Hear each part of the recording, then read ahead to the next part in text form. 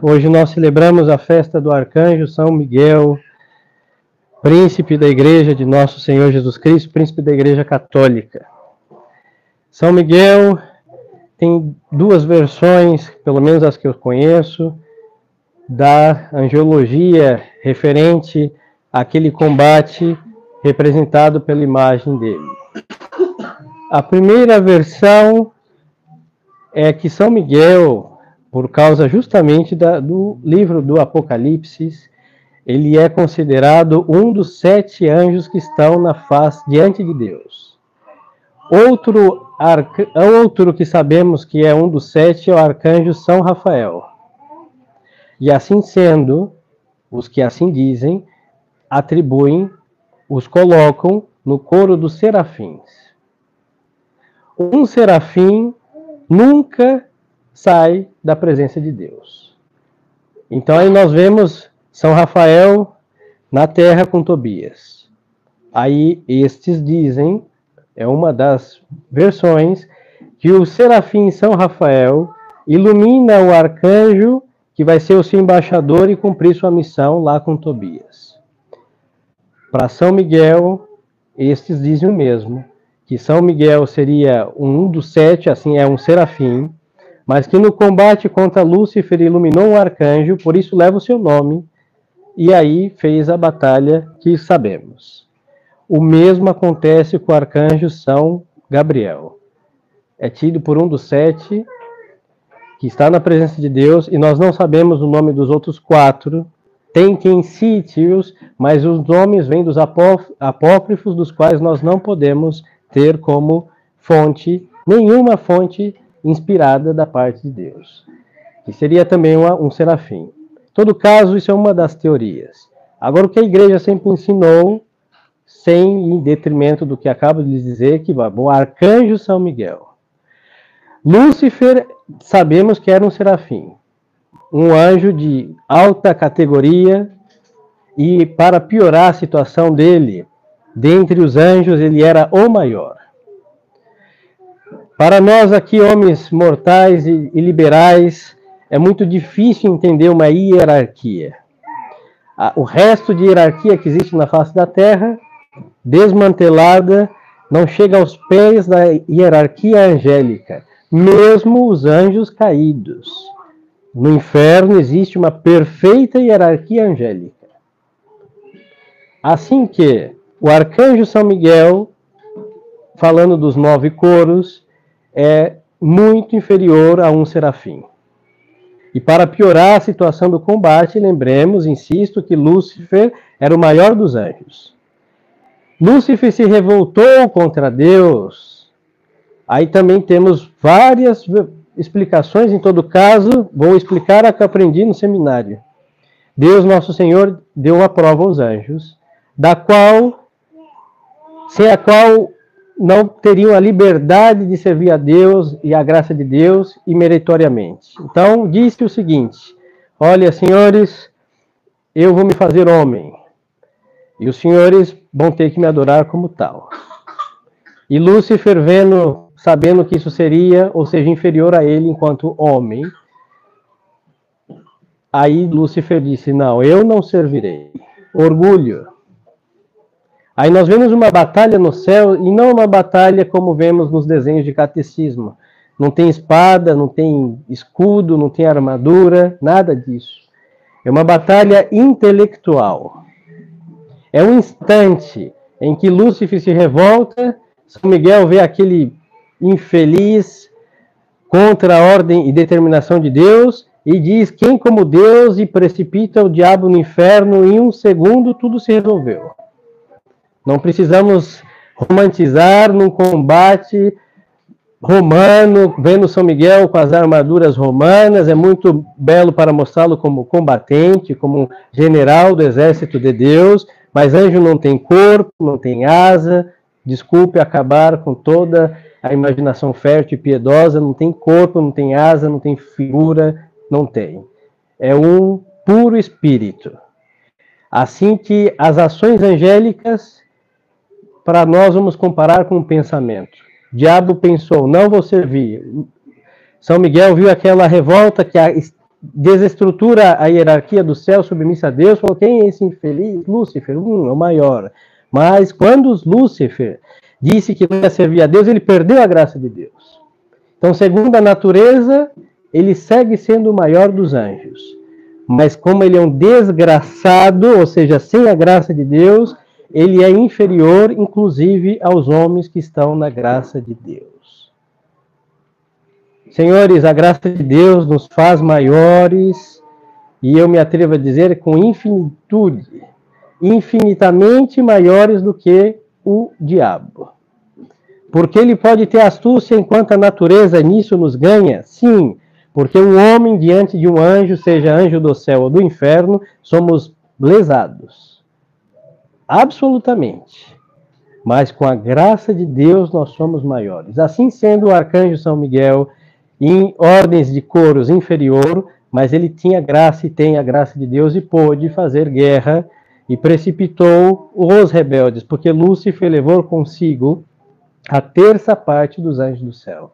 É uma multidão que não dá para numerar. Porque, como diz a teologia, São Tomás de Aquino, as coisas perfeitas Deus criou muito maior em número. Dos seres, os anjos são os mais perfeitos, assim que temos mais anjos do que homens. De Adão ao último ser que nascer antes da consumação dos séculos, somando todos os homens, não chegaremos aos pés do número dos anjos, que são muito, muito, muito maior do que todos os homens que existem e existirão. Então nós temos um combate intelectual. A revolta de Lúcifer, dizendo não à natureza humana de Nosso Senhor, unida à natureza divina de Nosso Senhor, a pessoa divina do Verbo encarnado. Não vou servir. Depois nós vamos ver reproduzir esta rebeldia muitos séculos depois. As heresias, as seitas e os cismas são eco do mesmo não serviam de Lúcifer. Porque a igreja diz, olha, esta é a verdade. Vem Lutero e diz, não, senhores, a verdade é o que eu estou dizendo. Aí rasga o magistério da igreja, rasga a Sagrada Escritura, jogando 7 livros ao fogo, está censurando Deus. Lúcifer foi o primeiro a censurar a Deus. E depois vamos ver os hereges, os cismáticos, as seitas, fazer a mesma coisa. E nós vemos o quê? Uma continuidade deste combate intelectual entre a verdade e o erro, entre a luz e as trevas. No Evangelho de hoje nós vemos Nosso Senhor falar dos pequenos, das crianças, que quem se fizesse pequena como uma delas, entraria no reino dos céus. Aí vamos na eternidade, lá no céu. Quem se fizer pequeno como o arcanjo Miguel, este será o vencedor. O menor pode ser em hierarquia, mas ele sempre será maior se for aquele que está em perfeita sintonia com o Verbo encarnado, estando na graça de Deus. Vimos isso no céu. O arcanjo vence um serafim. E na igreja nós vemos a mesma coisa. Uma criança destas, mesmo com os ruídos que fazem durante a missa, algo a ser corrigido, elas são muito maiores do que o próprio anjo das trevas. Uma criança destas, batizadas, são muito maiores do que qualquer adulto que está no cisma e na heresia. E hoje não é muito difícil de falar, em uma criança dessas vale mais do que todo episcopado nacional e que todos os bispos deste mundo que são modernistas e liberais. Porque aquele que tem a fé íntegra, professa sem nenhuma restrição a fé que recebemos de Deus, estando na graça de Deus, segundo a graça, nós somos filhos de Deus, temos a virtude que vem de Deus, a vida que vem de Deus pela graça santificante. Então, quem se fizer pequeno como um desses, entrará no reino dos céus. Aí o Evangelho conclui, ai de quem tocar e escandalizar um destes. E é o único conselho muito violento da parte de Nosso Senhor. Melhor seria, diz Nosso Senhor, que lhe atasse uma pedra de moinho. Os senhores sabem o que é isso, de moinho de pedra imensa, normalmente um monolito ali, ao pescoço, e lançasse ao fundo do mar do que cometer um escândalo contra os pequenos. E para agravar a seriedade da importância de ser pequeno, como uma criança e como um arcanjo, Nosso Senhor vai dizer, os anjos deles contemplam incessantemente a face de meu Pai. Aí onde nós tiramos, com fundamento bíblico, a doutrina dos anjos da guarda. Quando Satanás varreu Lúcifer, como quiser chamar, é bem complexo a questão dos anjos, porque eles são mentirosos, os anjos das trevas, até o nome gera confusão. Pois então, Lúcifer, quando ele arrastou consigo a terça parte, levou várias hierarquias. Então nós temos um combate contínuo, que vai dizer aí São Paulo, não é contra o sangue, é contra os espíritos maus que andam pelos ares, que são os anjos, do menor dos poros, que infernizam a face da terra. Diante desta atitude bélica da vinda das trevas, Deus Nosso Senhor nos deu um anjo só nosso. Desde o momento que nascemos, a doutrina segundo São Tomás de Aquino é desde o parto. Do útero para fora vem um anjo que é nosso, só nosso, não foi aposentado, não é anjo que sobrou de alguém, é nosso, para nos acompanhar às 24 horas de um dia, todos os anos que nos tocaram viver, para nos proteger das astúcias vindas dos anjos das trevas. Porque, lhes dizia e repito, segundo a natureza, eles são muito maiores do que nós. Segundo a graça, são inferiores a nós. Mas esta astúcia da natureza angélica pode confundir os homens, mesmo estando na graça de Deus. Então, Deus Nosso Senhor colocou um anjo, o nosso estimado e esquecido anjo da guarda, que não tem nome. Só no céu vamos saber o nome deles. E eles nos acompanham, assim que temos constantemente um ser perfeitíssimo, um puro espírito, iluminado por Deus continuamente para nos inspirar, para nos corrigir, advertir, proteger, sempre. É a doutrina que acabamos de ouvir do Santo Evangelho. Então, senhores, diante dessa confusão mental, a igreja em crise, a sociedade em crise, as pessoas em crise mental, espiritual, total, geral, é porque a causa vai à revolução primeira feita lá por Lúcifer. Ele é o anjo das trevas, espírito invejoso, que mesmo sabendo que uma alma a mais no inferno lhe causa horror, mas ele prefere o horror do que a nossa salvação. Nós vemos então ele, como Nossa Senhora disse a irmã Lúcia em Fátima, o diabo sabe que lhe falta pouco tempo. Então vemos essa investida imensa, a tal ponto que parece que há um triunfo do mal. Mas isso não é verdade. A maioria nunca vai ser a prova de triunfo, falando de homens e de seres derrotados como os espíritos das trevas. Mas sempre haverá, tanto pecadores como justos, batizados ou não, um anjo vindo de Deus para nosso cuidado, nosso guardião, protetor, para impedir que este ar infectado de rebelião, de revolução, entre em nossas almas. E ele nos inspira sem pensar em algo carismático.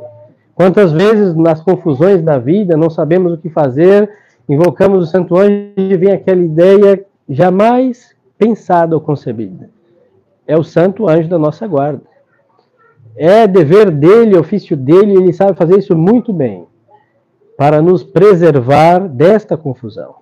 Então, quando vemos essa confusão, tanto dos cismas, heresias, pecados, toda desordem, é porque nós obedecemos ao outro espírito. E não existe diabo da guarda. como os desenhos animados, que é um demônio do bem, um anjo do mal, e um anjo do bem fala, não, só existe o anjo do bem. O anjo do mal tem que ir ao seu encontro e ouvir seus péssimos conselhos para arruinar nossa alma. Só temos o nosso guardião para a nossa proteção. E aí nós deixamos de ouvir seus conselhos. Pensamos que é uma devoção pueril. Negócio de anjo da guarda quando era criança. Não, é desde o momento do nosso nascimento até a nossa morte, inclusive. No juízo particular estará ali nossa alma e nosso anjo. Ou ele estará envergonhado, ou ele estará muito feliz. Sabe Deus como estará. Mas ele será testemunha fiel de todos os instantes da nossa vida. Então nós só caímos em ciladas, inclusive do demônio, se nós não invocamos nosso anjo da guarda. Nós só caímos nas confusões e seduções do demônio quando não ouvimos os conselhos fiéis, salutares do nosso anjo da guarda. E a culpa disso é a impiedade, porque não inserir em nossas almas, como os velhos faziam, uma sólida devoção ao nosso anjo da guarda. Então, senhores, São Miguel é o anjo da guarda da Santa Igreja. Por isso é uma das razões que a Igreja sempre estará protegida, mesmo nesta crise horrível que ela passa. Porque São Miguel derrubou o rebelde Lúcifer, assim que nenhuma investida do inferno pode derrubar ou vencer a espada e o seu escudo poderoso por graça de Deus. E nós temos então a sociedade católica defendida por São Miguel Arcanjo. E nós temos cada indivíduo, falando dos batizados, protegido por outro anjo que também foi fiel à decisão de São Miguel de jamais se levantar contra Deus. Por isso, o diabo diz, não serve-a, não servirei. E São Miguel diz o quê? Quem como Deus? Ninguém como Deus. E na sua pergunta, quem como Deus, e a resposta óbvia para quem tem fé, ele derrotou para sempre o espírito infernal, prevaricador, maldito, mentiroso, delinquente, chamado Lúcifer e os seus. Então, senhores, nesse combate que nós vivemos, entre fogo cruzado entre céu e inferno, nós precisamos invocar mais os anjos. Uns fizeram a quaresma de São Miguel, muito bem, mas não é ontem, 28 de setembro, tchau, não, deve ser invocado continuamente nosso anjo da guarda e São Miguel. Somente baixo a inspiração deles, fidelíssimos a Deus, nós vamos poder perseverar na nossa fidelidade a Deus e a sua Santa Igreja.